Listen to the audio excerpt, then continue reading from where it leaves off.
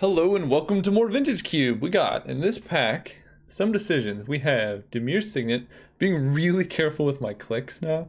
We got Demir's Signet. I think the second best Signet. The best one is Isn't Signet, because red has more to do with artifacts and is a bit more like degenerate than black in this cube, I think. There's Gaia's Cradle, which is really good for the green deck. I like Charter Course. Goblin Rabblemaster is such an efficient rate. Like, if you can just play him turn one, him alone can win many games that way. I'm going to lead with Demir's Signet. It's the safe pick, and I think it's really realistically between that and Gaia's Cradle, and we all know how I feel about green. And I have not really gotten Tinker. I think I got Tinker in my first draft. As far as I know, that's the only time I've seen Tinker in a pack, and I didn't really get any payoffs. There is a payoff for Tinker and Blightsteel, but I think Karn is just better. So Karn is good. Mystic Confluence is also a really nice card. It is double blue, so that's more of a, like, I don't know, a cost than Karn, I think. Because you could just put Karn in any deck, but you do need to have mana. Although we do have Demir's Signet, and we did just pass a Mana Flare, and there's Heartbeat of Spring in the pack. So I'm gonna go for Karn. And maybe we can go big mana colorless. Take a Golos now. Force of Will would be nice. Hollowed Fountain's probably like the technically correct competitive pick. I think just taking Fixing when you're not sure what's open will almost always be useful. But Golos is fun. Golos fits in the colorless deck. And I mean, I'm not playing blue for Force of Will, so let's take him. Oh man, then they give us all the good cards in the same pack. We got Metalworker, Lodestone, Factor Fiction, Walking Ballista, Marsh Flats, Rishadan Port. Honestly, like, if I just took this pack and went into pack 2, that wouldn't be the worst. Factor Fiction is going to be the best card draw. Lodestone Golem is... I don't know what's more likely to wheel between this and Metalworker. And then Ballista is like its own unique effect. I would take it if I like already had a Metalworker in my deck. I think I want to take Metalworker. That card does come around more often than Golem, I think. Basically, I'm just trying to decide which card is going to wheel. I don't know which one will. I think I'm going to take the Golem and try and wheel the Metalworker. I feel like I see Metalworker wheel very frequently, and I don't really see this card come around, but I could be completely wrong. I'm going off my memory, which is not the best. Sword of Fire and Ice is a decent artifact. Ravages of War also is kind of good in this type of deck. It is a pretty late Ravages, so I could always transition to like colorless, but I want to draft artifacts. I think white is open, so taking like Ravages there and then trying to pick up like aggro plays off of that is probably better. But we get like Tezzeret plus Sword and things like that, so that's kind of fun. Let's take a Tezzeret. If we cut artifacts hard enough, we might be able to make it open. And hopefully, fingers crossed, we can wheel Metalworker. See, like, look at this. Look how late this Thalia is. I have Thalia in, like, my probably top 10 cards in the cube. And this is 7th pick Thalia. That's kind of embarrassing. I wish I had seen it pack 1, because this is 7th pick. So it was, like, the pack to my right or something. If I had just seen it, then I could have taken Thalia. But I'll pick up a Smokestack. That is a late natural order. I guess I should complain on both sides of the thing. This is like the best green card, so take it if you're not me. But we're gonna take Smokestack and ooh, Lotus Bloom, Turnabout Seething Song. Bloom is actually kind of good with Tezzeret, so I'm gonna take that. I was tempted to go into what the heck? What? Why is Gaia's Cradle still in the pack? I don't know. I'm gonna take Forged Master. I think I passed Blightsteel now that I think about it. But at this rate, who knows? Maybe Blightsteel will come around. Yeah, I'll take Forged Master. No Blightsteel, but there is a Wildfire. I'll take the first Wildfire. I think there was another, like, Burning. Not in this pack, but in one of the next packs. Yogwill. I mean, we did just pass Heartbeat and Mana Flare. I guess I take Needle Spires in case I need that fixing. Regrowth, Sage, Wishclaw, Talisman. Talisman is an artifact, so I can get Wishclaw Talisman off of Tezzeret. I'll try it. So Metalworker did not come around. That's kind of weird, because I've cut the artifacts pretty hard, and like a lot of them came around too. But we're down a metalworker, I guess. And green is just wide open. Banefire's not bad. Alright, what are we doing in this pack? It's probably Chromox. Although, actually, Chromox is kind of bad when all of your spells are colorless. Something to consider. We could take an Arid Mesa and stay a bit open. We could take Through the Breach, but we're not going to get Blightsteel, and we don't have Metalworker to make tons of colorless mana. I think I'm just going to take this Chromox and just commit to having fast mana. See where we can go from there. Tundra is nice. Gristlebrand will be challenging. Off-color Golgari Signet. And then Trinket Mage, we don't actually want to draw Lotus Bloom. We want to -0 with Tezzeret to grab it. So what do we do here? I'm leaning towards just taking the Signet. Decks like this very frequently want just a lot of Signets. So we'll go that direction. Here's a Gearhulk, Dismember, Preordain, and an Eternal Witness. I don't have anything to flashback with the Gearhulk. It is kind of cool to get get something like a Gearhulk off Cold Oath of Forgemaster, but I think I'm just going to take Preordain, LED, Mana Leak, Chalice, Tooth and Nail. Let's see, what can we do with Lion's Eye Diamond? It's good if we get something like a Goblin Welder, just as like a 0 mana play to like crack. Chalice might just be the pick. Mana Leak is also good interaction, but I'm just going to take Chalice. We're going to try and wheel that Lion's Eye Diamond. Okay. Now we're getting somewhere. So we have Tanglewire. Again, I don't have the Mishra's Workshop. If we had Workshop, Tanglewire would be a Windmill Slam. I don't think... Let's see, what creatures? Lodestone, Golos, Karn. This isn't really an Oath deck. I like Emrakul. I don't think we can really Mind's Desire. So I think it's between Emrakul and Tanglewire. And I like the finishing capabilities of Emrakul. But Tanglewire, we have Wire and Smokestack. We're just going to really hope we get Mishra's Workshop and go in on that. Probably what happened is someone took Workshop, took the Metalworker, and then like went off it in pack 1. And we're just never going to see our payoffs. But sometimes that is a risk you have to take. Arcane Artisan is okay. Relic is fine. It just shouldn't be in the cube. Like, just print a better hate card. I don't know. Sort of Body and Mind. We only have 3 creatures. I kind of want to just take a Thundermaw. That seems like our best shot at winning. Is just, whoa, okay. Oh, there's Goblin Welder. Oh, man. Oh, this is hard. So we take Emrakul. We can't do much with her yet. Probably I'm just going to take Goblin Welder, actually. Good with Smokestack, good with Tanglewire, good with Golos. Sure. Ooh, good with Hangerback Walker. I like Hangerback Walker, Goblin Welder. We wield Arid Mesa. What are people taking? That's kind of awesome for us. It actually doesn't really help our mana that much because we're pretty much just blue-red, but if we find like Volcanic Island or something like that, that'll help quite a bit. Or even like a blue-white or red, I guess just blue-white? I don't know how this works, but if you find some off-color duels, this can give us red-blue as our colors as well. Oh goody, we got Sword of Light and Shadow. Honestly, I think this is like the least playable card ever. Especially in the cube. Like, it's just like a really sad GT. We'll take Dig. I can make a bunch of mana.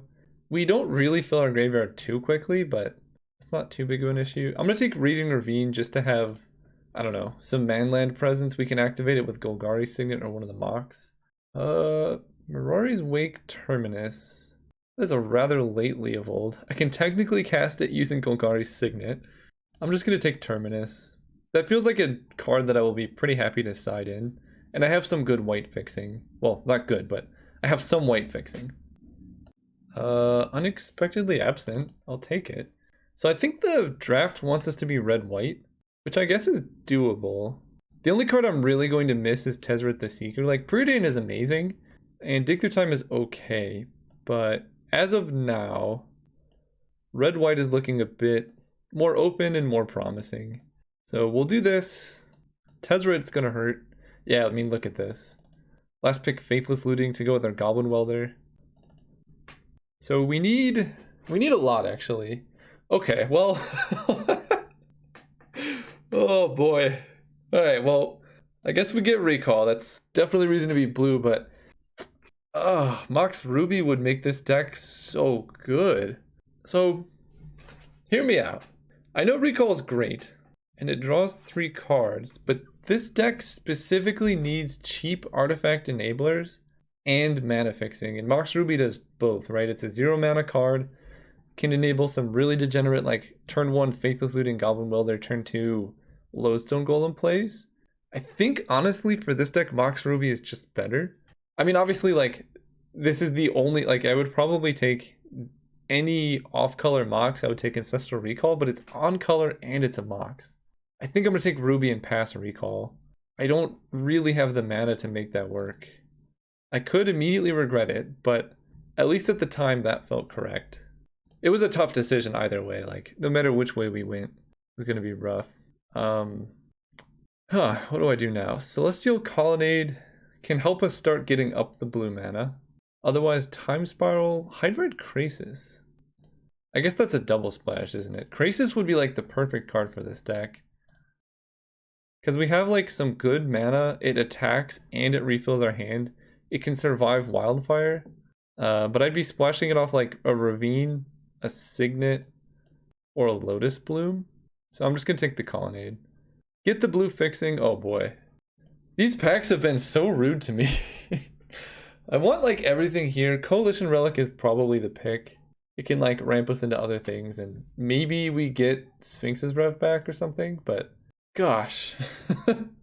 Why me? Why me? So I didn't get Academy or Workshop, which is really sad because Academy we could like turbo out an Ulamog no problem. But as it currently stands, our mana is like, it's hard for us to get up to 10 mana. That's what I'm saying. We could try and splash an Oracle. I would like that a bit more if we had like a Crucible of Worlds.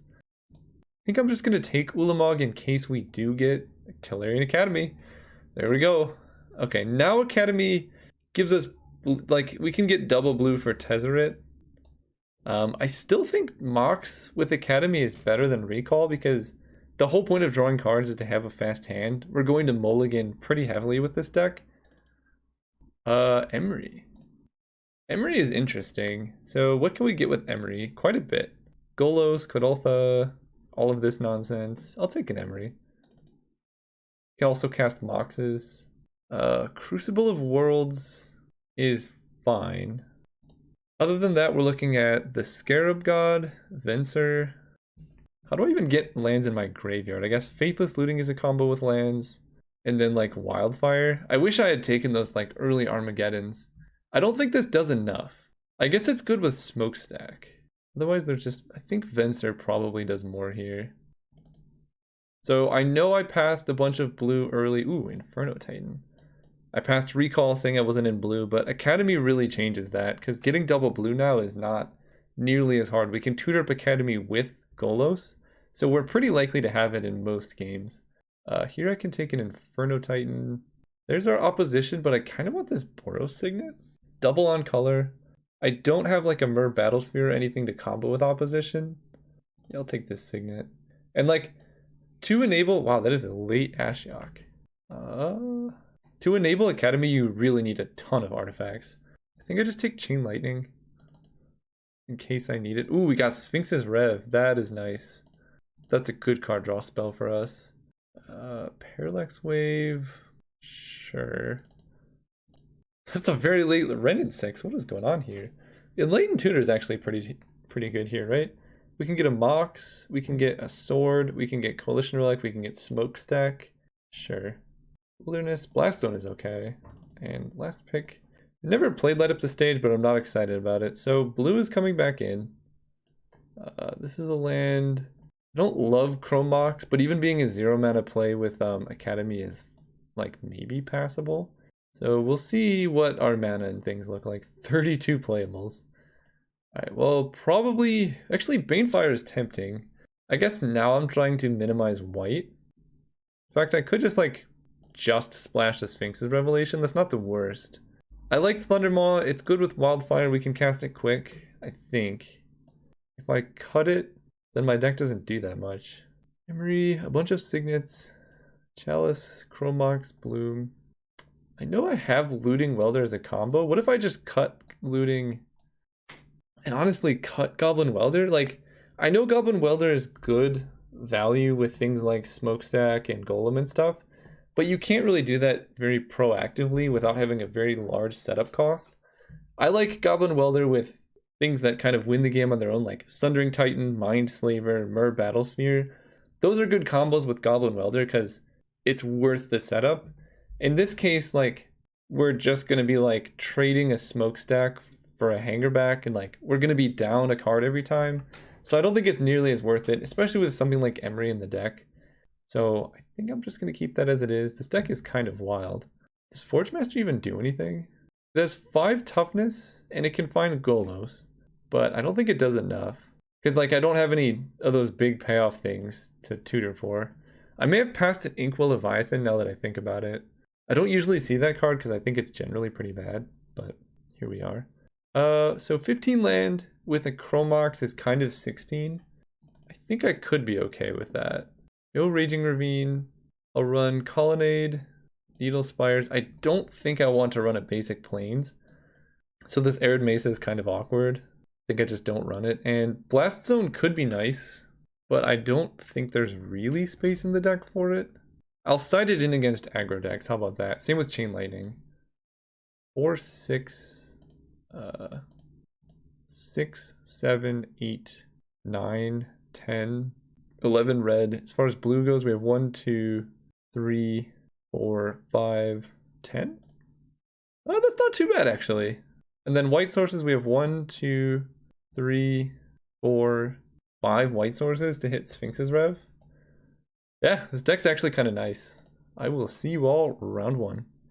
Alright, we are playing against G-Robot. Win the die roll. Let's go first. Let's see. So this gives us a Signet. I think I keep this. Obviously drawing a Mox would be good. Chromox would not be good. But we have Signet into potentially a Tangawire if we want to. Like if we don't draw any untapped lands, we can kind of stall the game a bit with Tangawire. Hope to hit our Tolarian Academy. Or we can like go Sword. It really depends on what they're doing. And they mulligan, which is good. I'm going to play Celestial Colonnade first. Because I already have access to double blue. So if they like wasteland my Colonnade, it's not too backbreaking. But if I play Needle Spires, that's my only red source. And then if they kill that, it's bad. Oh, I still have a stop in my opponent's draw step. Well, it'll make them think I have a Vendilion Click, when in fact I do not. Uh-oh. Uh-oh. Alright, well, I don't know if I can really afford a Tangawire against a Zergo. Definitely bringing in Terminus. Ooh, Wildfire's gonna be good. Maybe I can. If they don't like play too much, then I can probably Tangawire and hope to just get up to Wildfire mana. Like if they don't make any plays on 2, which hopefully they don't, then we know they're not going to be able to make plays for a while on the Tangawire turns. Yeah, I don't like doing this, but it buys me more time than not doing this. And Tangawire always hurts your opponent way more than it hurts you, because they tap 4, we tap 3 including the Tangawire, so we effectively only tap 2 permanents here.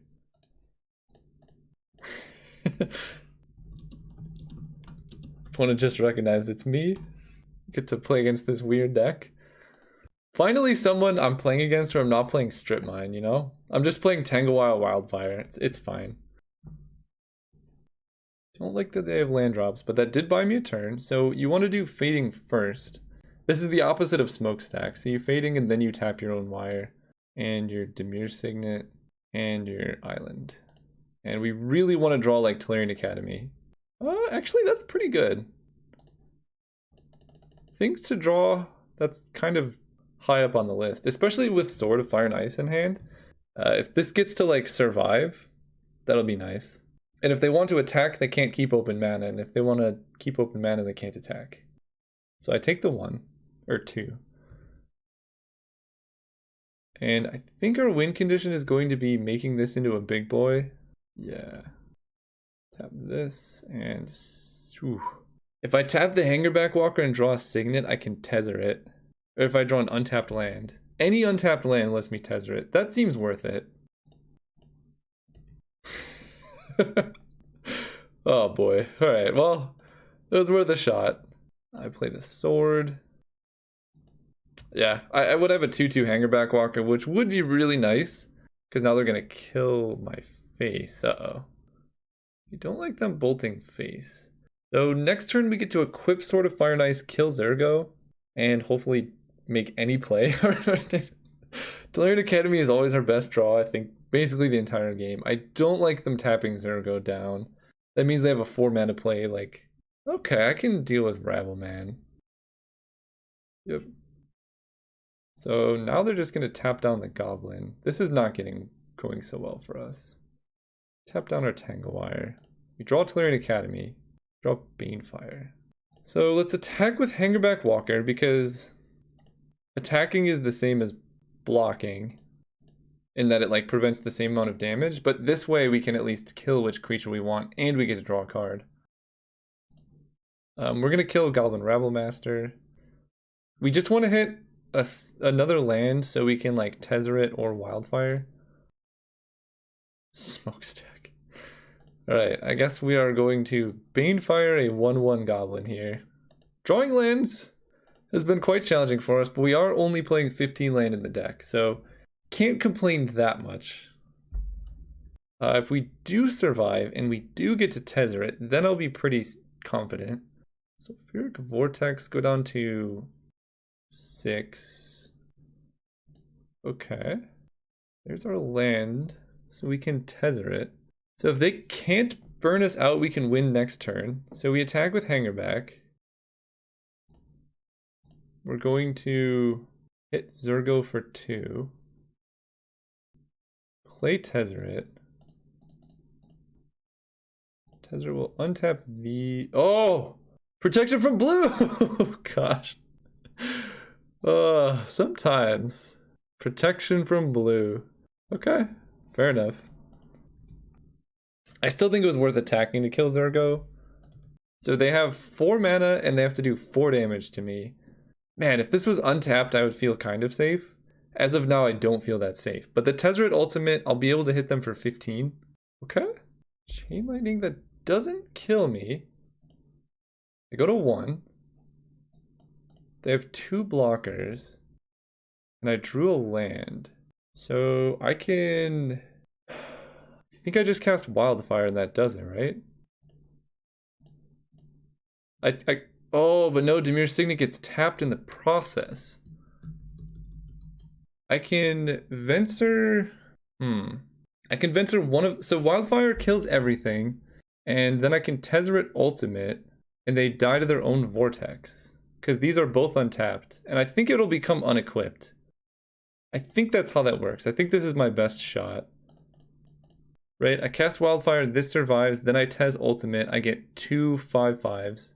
Because Venser bounce... I'm going to do this for science at the very least. I don't actually know what happens. But this way they have no mana on their upkeep. Do I get 2 5/5s? Yeah, there we go. Okay, it worked how I thought. That is beautiful. And the benefit of this over the Venser play is that this way they get no mana on their upkeep, so they can't like upkeep bolt me. If they had a bolt, they would have just killed me, but it plays around something, you know? And I wanted to know what happened. So against mono red, definitely bring in, well, I don't even know if I definitely bring in Chain Lightning. Terminus seems, oh, Blast Zone. Blast Zone is kind of an auto include. I want to go up on mana as well. Banefire is good. Dig Through Time is a little bit expensive against mono red. I don't think I'll be getting there. Karn and Ulamog are kind of awkward as well. I think Karn is, well, it's like my only answer to some things from their deck. I guess I want... Wear Tear can answer Sulfuric Vortex and Eidolon. So I think at this point we're going to bring in Arid Mesa and a basic Plains. And we're going to get rid of an island. I like Venser, but Forgemaster kind of does a bit more. And Venser being double blue is hard to cast. And like the 5 toughness on Forgemaster is huge. If we resolve an Ulamog, we win, but that's kind of a pipe dream against red. And then resolving Karn is also kind of a pipe dream. So maybe I put Venser in for Karn. Because like the rest of my deck can win the game. Like I just cast Inferno Titan, that does it. And I have Sword of Fire and Ice, which is actually good here. So I need to make one more cut. Tanglewire on the draw against red is probably bad. I know it was decent in that game specifically, but most of the time it won't be that good. We're going to be on the draw. If they have a creature out and can just attack us, things get awkward. This hand's very slow, but it does have Academy. I think I'm going to keep this on the back of Academy and the knowledge that our deck is full of like cheap artifacts. It's a Thundermaw, so we lead on Arid Mesa. If they play the Eidolon, we probably just kill it with Tear, but getting full value off Wear Tear would be good. Run away Steamkin is no Eidolon. So I think I do want to fetch, because I don't really want to draw any more lands. I'm gonna get the plains. Yeah. That's the risk of keeping this hand. We really want to draw our Mox, because Academy doesn't even tap for any mana. Like, we need a Mox really badly. There's Vortex, so we can at least tear that away.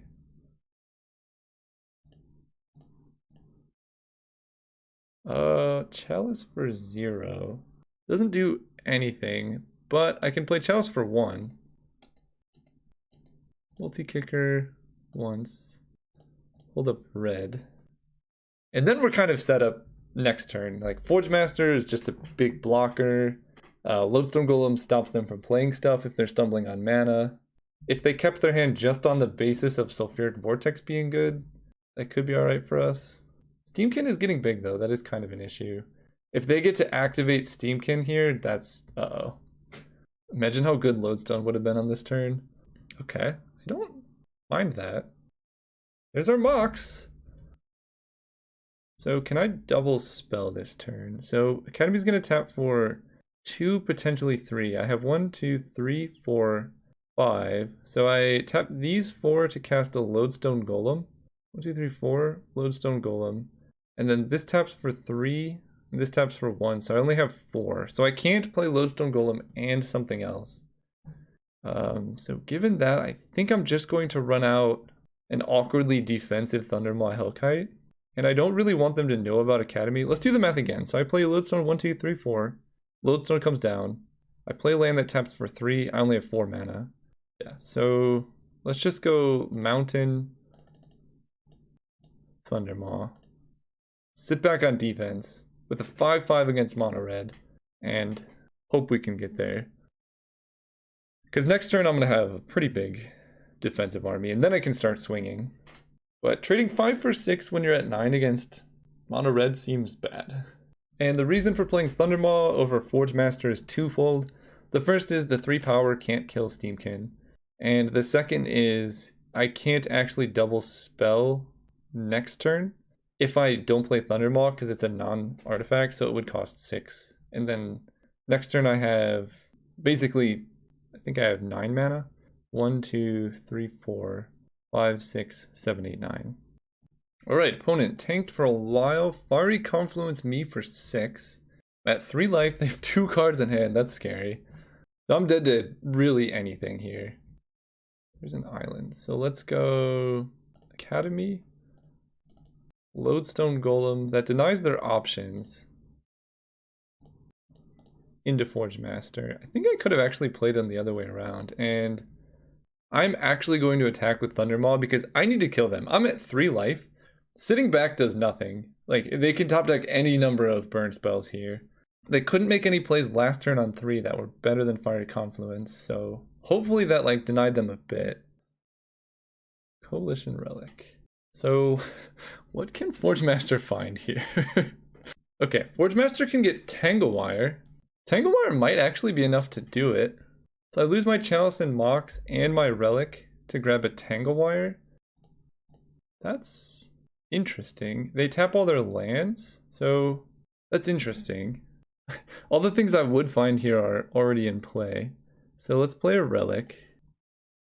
I can also get Sword of Fire and Ice to equip to Lodestone Golem. And that hits them for 5, 10. That hits them for 14, but not 15.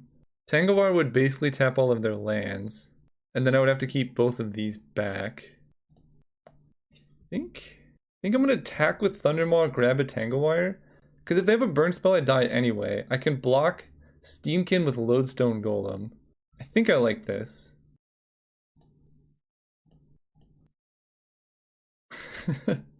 Oh, Golos. Golos is actually not better than Tanglewire, I don't think.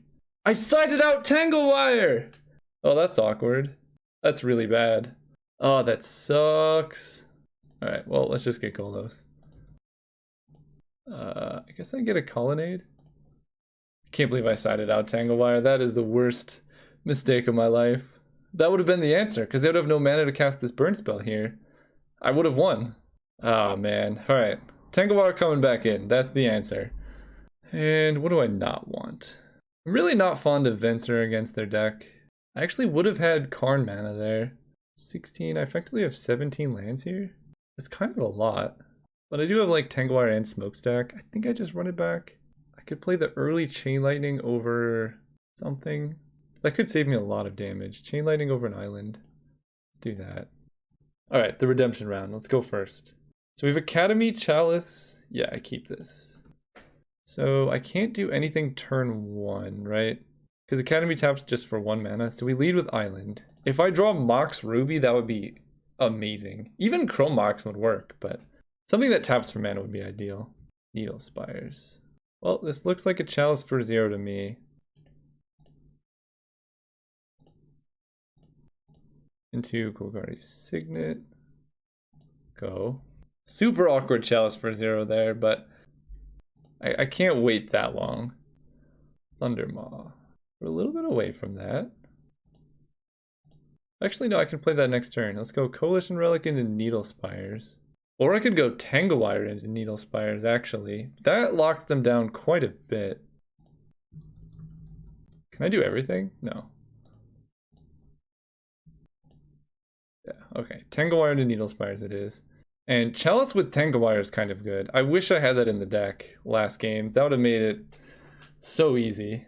And then Tanglewire, we're going to Thundermaw them. I don't think next turn, but maybe. And we just gotta hope that they can't shrine us fast enough. So we downtick Tanglewire. I didn't do the math yet, but we're about to find out. So we tap Tanglewire, Chalice, and this Signet. It's a mountain. So I go Mountain, Academy, taps for 3. Yeah, I guess I just cast Thundermaw here. Put them under a fast clock. Next turn I can Forge Master.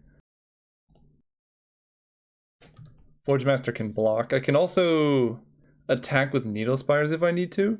The problem is Shrine's going to get up to 5 pretty soon. So I need to draw an answer to that. Yeah, Shrine's going to be up to 5 next turn.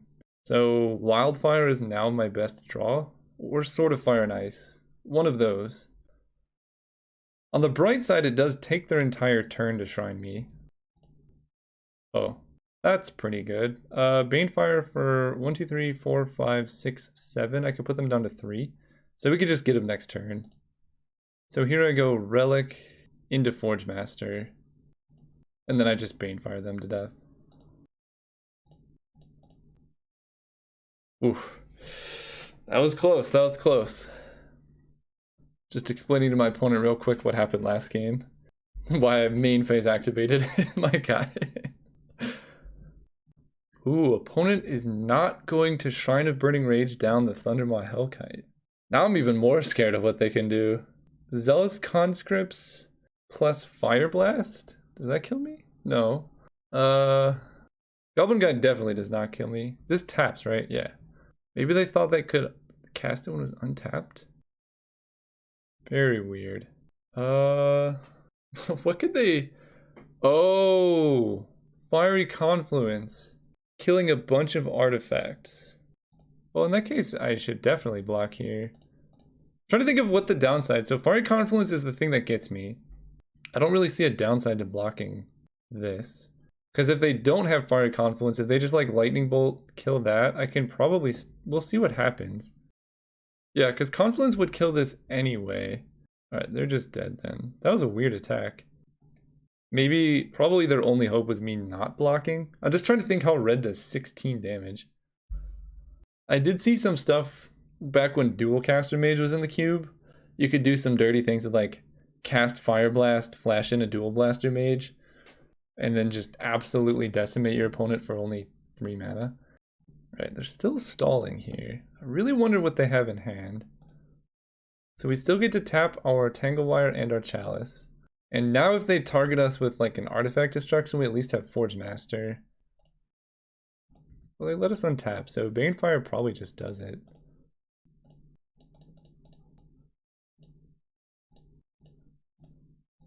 Banefire, you! For 10. Xaxes? Come on! I think I got it. Alright, we did win. Opponent, very, very nice person. Good fan. So, good playing with you, G-Robot. And sorry I probably made you wait so long until I uploaded this. But I save a lot of Vintage Cube Draft videos because I enjoy it the most. And like my fans enjoy it the most too. So I upload them kind of periodically when I'm like tired of playing Pauper or like whatever standard draft format is around. See you guys in round 2. Alright, we are here for round 2 against Zestagon 11. Keep winning die rolls. Oh, wow. Oh, man. This hand is a blue mana away from being insane. Yeah. We keep these. We get turn 1 Signet, and then we just hope to draw blue mana. Oh, boy. I love this. I mean, again, if we draw blue, we get to, like, go off with Emery and things like that. Can you imagine if we drew Academy? Then we could play Emery and Preordain in the same turn. Or just Venser their land turn 1. Make them discard. Ooh, give me the Academy. No! What? No, what? Stop! Give me like a turn 2 Leovold and just absolutely destroy me. I guess at this point I probably just Banefire down the Elf. Playing around Mutagenic Growth. For whatever it's worth. They can't daze me. So, I don't know. Limit their mana development. Makes sense to me. No, they did have a land. I was gonna say this is like the straight up mirror match of bad keeps. Then they had the land. So I can play Emery around Mana Leak, and having Emery in play seems real good. Especially if I mill an artifact. Yeah. There we go. As long as they don't kill her. If we don't draw land, we can cast Chalice. No, stop. Okay. I'll kind of take that. So I just get an island because I have double red. Now I have double blue. They did that end step, which is smart because I can't use that blue mana. That would have been nice. But that's kind of the downside of Trophy, right? Like the whole point of Emery was that she was going to like make sure that my mana worked out. And now Trophy kind of does that for me. This is Tarpit attack. Okay, that's fine. If I draw a land, I'm just gonna slam an Inferno Titan. There's an Ulamog. 1, 2, 3. Yeah, I only have 5. Let's preordain. Angerback Walker, Demir Signet. I kind of want to bottom both. Like, Walker is good. Let's bottom both. I'm feeling froggy. There we go. There's the land, so I can Venser this turn, and then I can Inferno Titan next turn. So, like, if, let's say they just go for the same play of Activate Tar Pit, which was their best play last turn. Now I just bounce the Tar Pit in response. I think I'm actually going to take it and bounce the Tar Pit end of turn. The damage doesn't matter, but like this is effectively casting Time Walk if they don't play land here. Because if I bounce Tar Pit and then they just replay Tar Pit as their land drop, that doesn't get me that far ahead. But if they don't have a land, I mean they do now. And it's a Devoted Druid? Well, I get to kill that, so this is actually not too bad still. We play around Daze, we cast Venser. Venser bounces Tar Pit. Yeah, this is actually fine. Then we Inferno Titan Devoted Druid. Ooh, Tezzeret the Seeker. Nah. Killing Devoted Druid's too tempting here. Okay.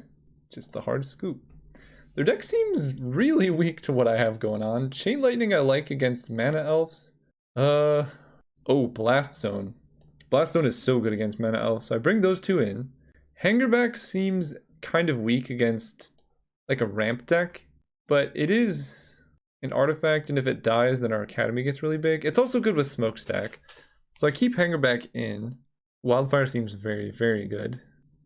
Maybe hardcasting Ulamog is just a pipe dream, and I should just side him out. I think I like Karn against this type of matchup, and then maybe Dig Through Time is just a little bit too hard to cast. I would rather be a little more proactive with my plays, I think.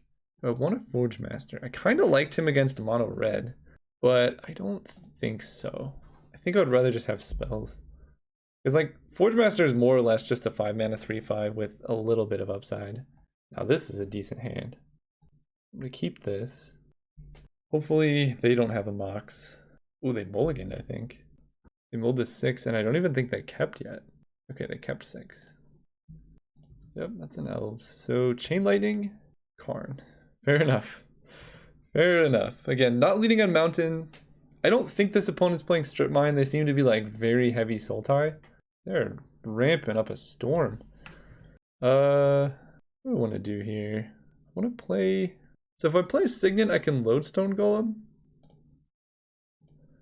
Yeah, Signet seems a little bit better. And I'm going to play Boros Signet. That way I have double red. I don't know what I would need double red for next turn. At least I have the option. They have so much mana. Okay.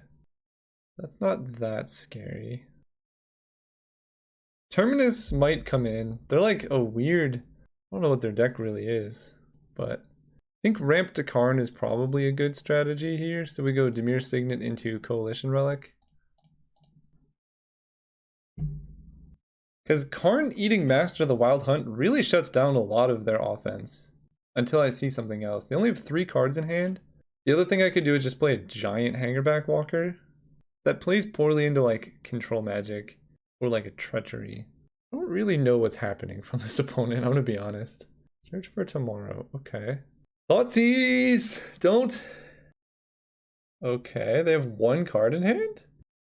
1, 2, 3, 4, 5, 6, 7.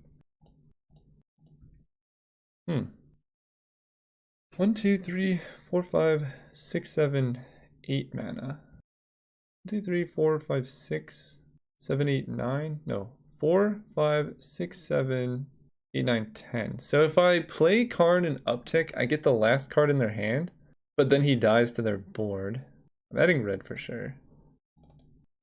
I can Banefire the Master of the Wild Hunt. 1, 2, 3, 4, 5, 6, 7. And then play a 4/4 Hangerback, or a 2/2 Hangerback? Kind of like doing this. I don't think I want to play Karn. It would have merit if Karn would not die. Let me do the math again. 1, 2, 3, 4, 5, 6, 7, 8, 9, 10. And Karn goes to 10, yeah. And I have 1, 2, 3, 4, 5, 6, 7, yeah. So we kill this for 3. Because that does poop out a lot of like tokens and stuff. Play an island.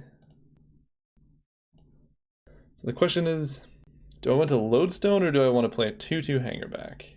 Lodestone stops them from doing like a bunch of crazy stuff. Like just going land Craterhoof. So I like that. It also blocks everything pretty well.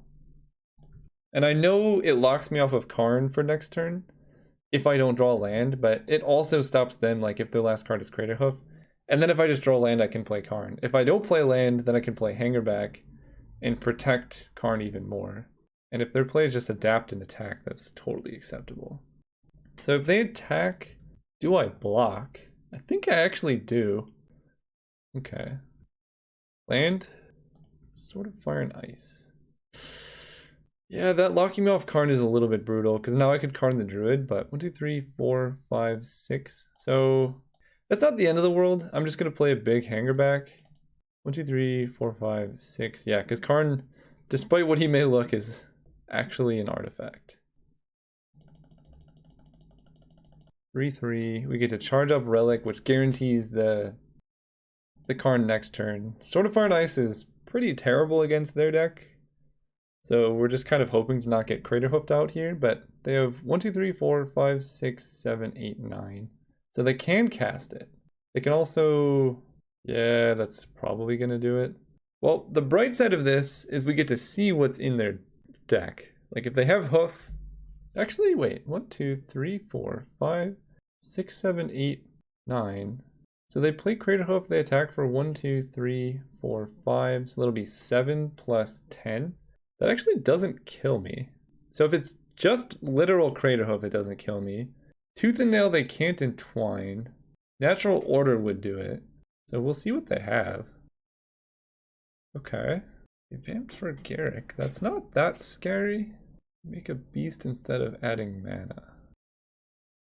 Put a charge counter. Now we draw the land, which is actually fine because we can use that to activate Hangerback. So we play Karn. I think Karn is just going to eat the Garrick. Or it could eat their last card in hand and go up to 10. That is actually kind of nice, because then they're top decking.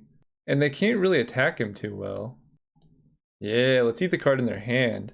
It just feels like they're getting Garrick to like charge up mana to play something big. But I could definitely be wrong. That hurts.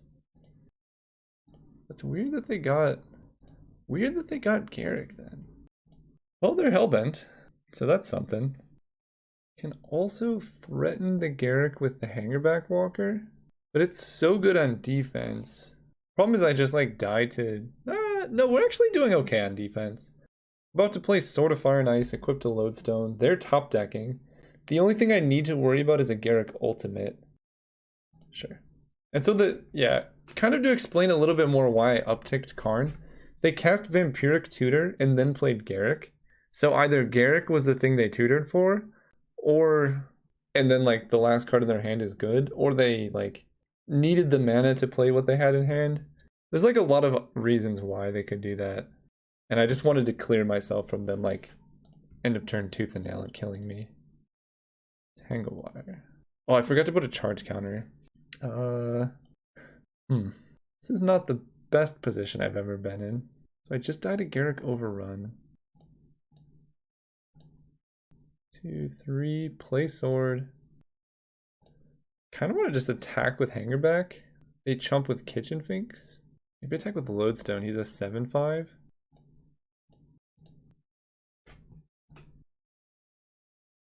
I think I kind of have to attack because Garrick is such a threat.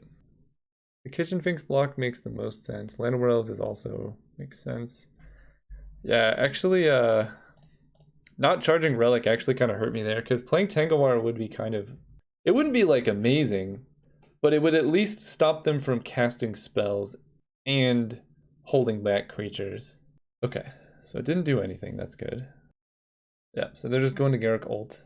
Can I beat that? Wildfire. Everflowing Chalice. Dude, Wildfire there would have been pretty good. So let's see. They overrun. They can't attack with Lumbering Falls, so they just tap their lands. They overrun. I get hit for actually not lethal, so maybe that's okay. 1, 2, 3, 4, 5, 6, 7, 8. So I can multi-kick 4 times.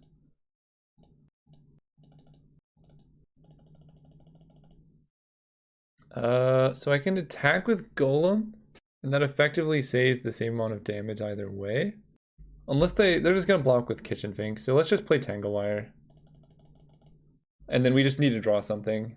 Because I don't think Garrick Overrun can kill us when they're under Tangle Wire. But I like Wildfire I have to draw. Or Sphinx's Revelation or something like that. But at this point now they probably just go for another Garrick untap. And then they can ult Garrick and keep him in play to do the same thing again. And that would not be ideal. Alright, they went for the ult. I'm pretty sure that doesn't kill me. But I've been wrong before. Maybe it does. That's 4, that's 10, that's 15 exactly. So it kills me exactly. Ugh. Right, so I block here, here, and then die. Yeah, man. I don't know how I didn't count that right. We're gonna get some Thopters though. Preordained into nothing. Well, Venser would be okay.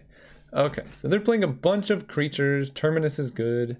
Parallax Wave is okay against their like dorks. I don't think I need it. Banfire's a good finisher, and Karn does some stuff. I think I'm gonna play Terminus and get rid of Venser. And then since I'm playing Terminus, I can make this switch. Arid Mesa for Mountain, and then cut an island for Plains. And then I have like decent white fixing. Yeah, that seems okay. Yeah, that seems okay. Alright, on the play against like green? And that's the archetype. It's green question mark. So this can be a fast smokestack. I'm gonna keep this hand. I'm gonna Chrome Box probably the Thundermaw. It depends on how fast their start is, really. I'm gonna wait to Chrome Box until I know what I'm doing, because I want to cast Relic turn 2. And then turn 3 I can play one of these or a smokestack. Lotus Bloom. Drawing Lotus Bloom was not ideal. Suspend that, play Mountain, Chrome Box, cast. So can I Tezzeret into smokestack? Because that would be game winning. I'm going to have 5 mana next turn, so that's all going to go to Tezzeret. You can untap these two. Unfortunately, Lotus Bloom is exiled. I think I am going to go for Tezzeret. Like a fast Tezzeret just does so much. And I'm going to put a charge counter just so I don't forget. I think the odds of me forgetting are much higher than the odds of my opponent playing around Mana Tithe. Signet, okay. So if I draw Tolarian Academy, that would be, I think, my best draw. Hangerback Walker. Blue. Can get Tezzeret going. I think I like just getting Tezzeret going. I mean, that ultimate is going to do so much. So I can get, let me look at my deck. I think my best play, the best thing I have is to just get Lotus Bloom. So I think I'm just going to untap these two. That puts Tezzeret up to 5, so his ultimate is like kind of close. And then I can get down a Hangerback Walker, which is really good if I smokestack or if I Tezzeret ultimate. I'm hitting them for 16. And it can block the Hissing Quagmire if they do attack at Tezzeret. So really this is just kind of everything this deck wants to do. I think I'm going to like Tezzeret, maybe find a Mox, and then play Smokestack. The Assassin's Trophy, my Tezzeret would be kind of brutal. Kitchen Finks, okay, that's not that. So there's our land. So I think I'm going to Tezzeret 0, grab a Mox. I want to put down a Smokestack. Or I can -4 and grab a Lodestone Golem. That actually sounds kind of sick. Kind of like that. So let's fetch. I have double red, let's get more white. So I just play Smokestack, grab Lodestone Golem, and go with that route. Yeah. Because then I can start like double activating Hangerback Walker and stuff. And this plays around them Assassin's Trophy my Tezzeret. Let's grab our Golem friend. Pass turn. They're pretty far from casting anything, and Hangerback Walker plus Smokestack plus Tezzeret double untaps is going to do a lot of work. And then I can just start getting in the air with Celestial Colonnade as their board goes to hopefully 0. Voted Druid. It's a good amount of mana. They attack Tez there. I think that was a good attack. So I block here. Make you a 2/2, so I get 2 1/1s in the air. So Tezzeret's ability is no longer that relevant, but he can just like keep grabbing stuff or add mana as I need, really. So stacking Smokestack is the opposite of stacking Tanglewire. You actually want to put a soot counter after you sacrifice. That way you sacrifice less things. And it's going up. Let's get our Lotus Bloom in play. Draw a spell. Land is not the best, so I can attack with Colonnade. 1, 2, 3, 4, 5. I could also attack with Lodestone and then just keep back the Thopters to protect Tezzeret. I mean, that hits for a lot of damage. They don't have the black to activate Hissing Quagmire. Kind of like that. I could attack with Thopters, but I'm keeping them back for maybe a bad reason. Now I can untap Lodestone and Relic. The Assassins, the Vampiric Tutor. Okay, we'll see what they have. I don't know, maybe the aggro Tezzeret play would have been better than a Lodestone in play right now. But the mana denial seems good. Like, if they're sacking Kitchen Finks to Smokestack, then they only have 1, 2, 3, 4, 5, 6, 7, potentially 8 mana. That's actually a lot. But they don't, like, they can't kill me with Craterhoof with that much. I know they don't have Craterhoof. I think they're in trouble. So it's generally a good sign when your opponent casts a Vampiric Tutor and takes like 3 minutes to resolve it, because that means they don't know what they're getting. So there's no like silver bullet. Like, they probably don't have natural order, because that would be like the instant thing to find. They lose their Signet. Okay, that means creature pressure matters. Like, Finks is going to be relevant, or they're natural ordering away Kitchen Finks. Chupacabra killing Lodestone. That's okay. So again, we would really like to draw a spell here, because we can cast basically anything. Whoa, what do they have for 1 mana? Oh, 2 mana. Assassin's Trophy, the Tezzeret? Dark Confidant. Wow. Opponent's going deep over there. They should probably attack Tez with the Sphinx. And is it worth keeping him around? Because I can put them to 9. I could put them down to 5. I think it's worth keeping him around. So again, putting soot counters on second. So we're going to sacrifice a permanent. I forgot to charge my relic. I keep forgetting. I think I just get rid of my mountain because I have a bunch of red. And we're going up to 2. There's a land. Not ideal. Yeah, I should have charged my relic, but here we are. So we can attack with Colonnade again. Hit our opponent for 5. And we Tezzeret to untap. So I can untap 2 artifacts and hold back Colonnade as a blocker. Or I can just untap Thopter Relic. They sack 2 things. I think I like just holding back Colonnade as a blocker. If they go all in at Tezzeret, sure. Wow, they're sacrificing Dark Confidant. Down to 3 with Necromancy. Whoa, whoa, whoa, whoa. That could be good, actually, for them. They can Necromancy, let's see, Kitchen Finks, Lodestone Golem. They actually have some decent hits. So if Tezzeret survives, I can downtick, grab Sword of Fire and Ice, and kill them with a Thopter. Assassin's Trophy would absolutely destroy me here. Would it? I mean, if they trophy my colony, that's bad for me anyway. I think I go for this. Sweet. Because if they Necromancy Chupacabra and kill my Colonnade, then I just kill them with the Thopter Sword. So this is kind of like debating them into doing this. Like, it looks like it's very good for them, but they just die to Sword. Unless I draw Sword. Drawing Sword would kind of be bad.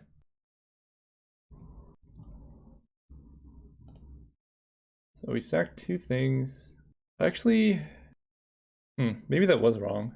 I can sack Plains Island and then just not draw Sword of Fire and Ice. Sure, Wildfire doesn't matter, so we win. That was probably riskier than I needed to be, but I really wanted them tapped out and not necromancing my thing.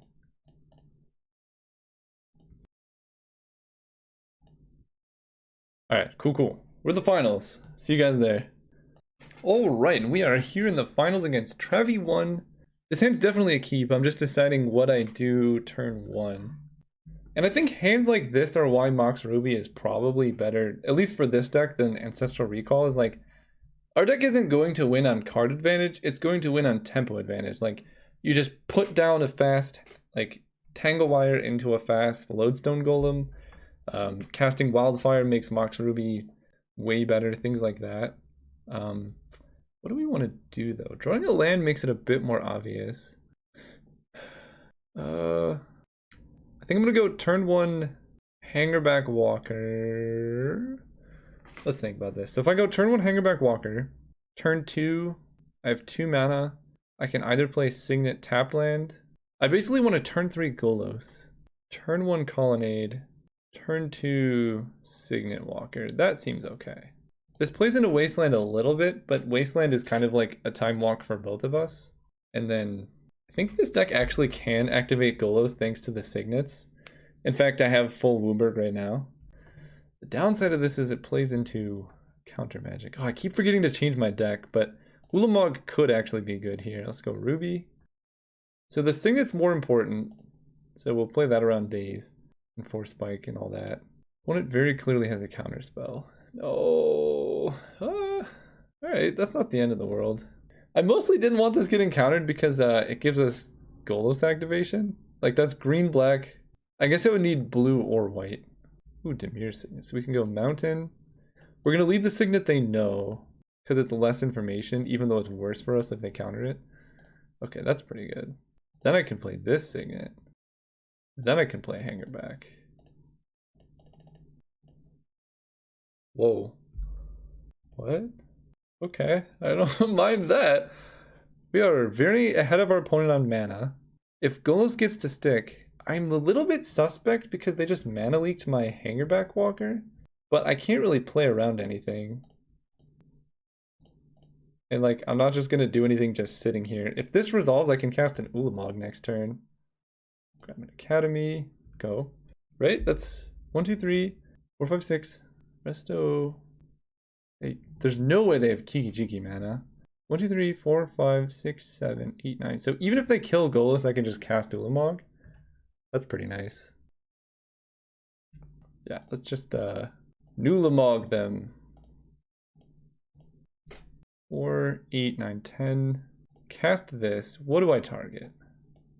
I don't really care about Restoration Angel. I'm basically deciding, do I hit both of their white sources, their black sources, or blue sources? I'm leaning towards white. So I hit them with Golos, and then next turn I'm set up for either a big Banefire, a Golos activation I think I can do. I have blue, white, red, black, green. Yeah, so I can activate Golos next turn too. All right, that was kind of awesome. Well, I complained about Ulamog and then he just decimated my opponent that game, so that was kind of sweet. They have Restoration Angel. They must be like pretty controlling. I think I'm just going to keep it the same. Yeah, I'll keep this hand as well. It's again a little bit slow, but their deck looks a little slow. I know what counter magic they have, so we can kind of try and beat it. Well, it's hard to play around Remand and Mana Leak, but it's possible. They play Jace. Banefire. So I want to Banefire Jace next turn. I really like playing Chalice for like a total of 4 mana instead of just 2.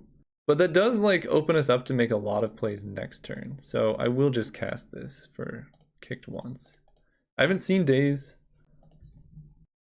Yeah, I don't know. Chalice gets a lot more value when you play it to generate 2 mana. So like in general, if you're gonna like decide between playing a Signet turn 2 or Chalice, you want to go turn 2 Signet, turn 3 Chalice with multi-kicker. Because it's 2 mana for 1 card as opposed to 1 mana. Opponent's got a lot of things, but none of them are scary. Tezzeret the Seeker. So I want to preordain because I really want to hit some mana. Oh, that's some mana. Do I want both? Not really. I think I'll just take the Academy. It's not good now, but it will be later. It plays into Wasteland, but I haven't seen that either. I guess I don't even have to play Tellurian Academy. Okay, that's actually fine. And then I just Banefire the Jace. I don't want my opponent looting anymore. And then Thunderball is going to come down next turn and kill all their spirits. Or Inferno Titan, if I draw Mox. Like, our hope here is they just Lingering Souls, like flashback, and then I just Thundermaw. They don't. The Madmen. Interesting. Let's play Needle Spires then. If they're not going to do anything, that's fine for me because they're missing land drops and I'm not.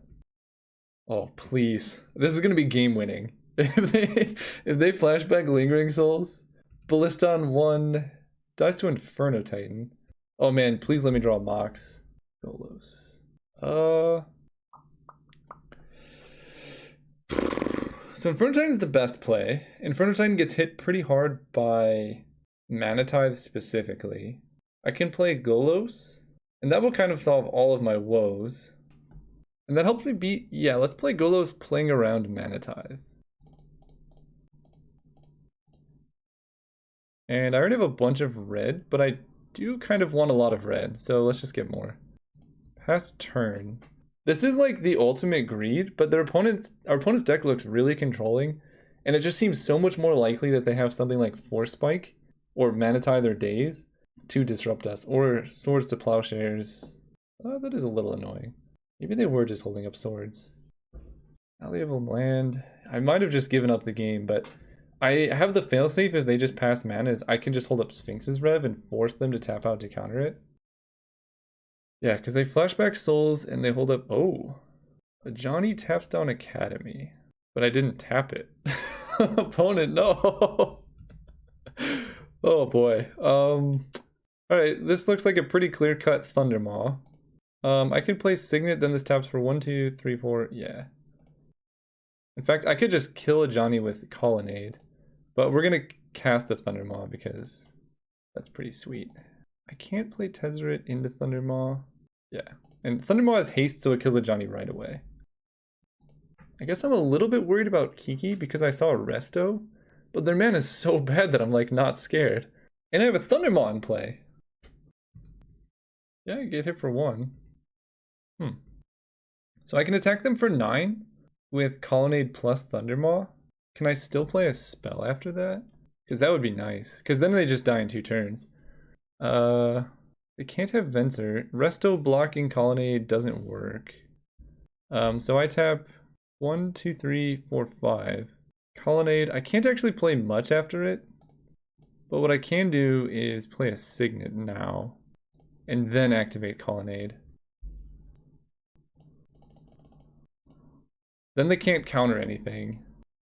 And this, like, my mana is so strong now that next turn I can just deploy all my spells in 1 turn pretty much. So even if they deal with this, which they have to because I'm killing them in 2 turns, then I have all of this back. And they still take, like, they lose life to do this. And I only have 3 mana, so we wait. Next turn I can attack with Needle Spires and Colonnade, I think. I think I have the colored mana. If I remember to Coalition Relic, then I can. And I gotta focus really hard on this. If they just flashback Lingering Souls, then I just Inferno Titan. So I lose Celestial Colonnade. Sure. I mean, Sphinx's Rev. But I'm not gonna run into Mana Leak, so. Put a charge counter. So we're gonna play the land. This is gonna add red, blue. I guess I kind of need white to activate Colonnade and all that. So let's go land. 1, 2, 3, 4, 5, 6 for Inferno Titan. Playing around Mana Leak. Hey!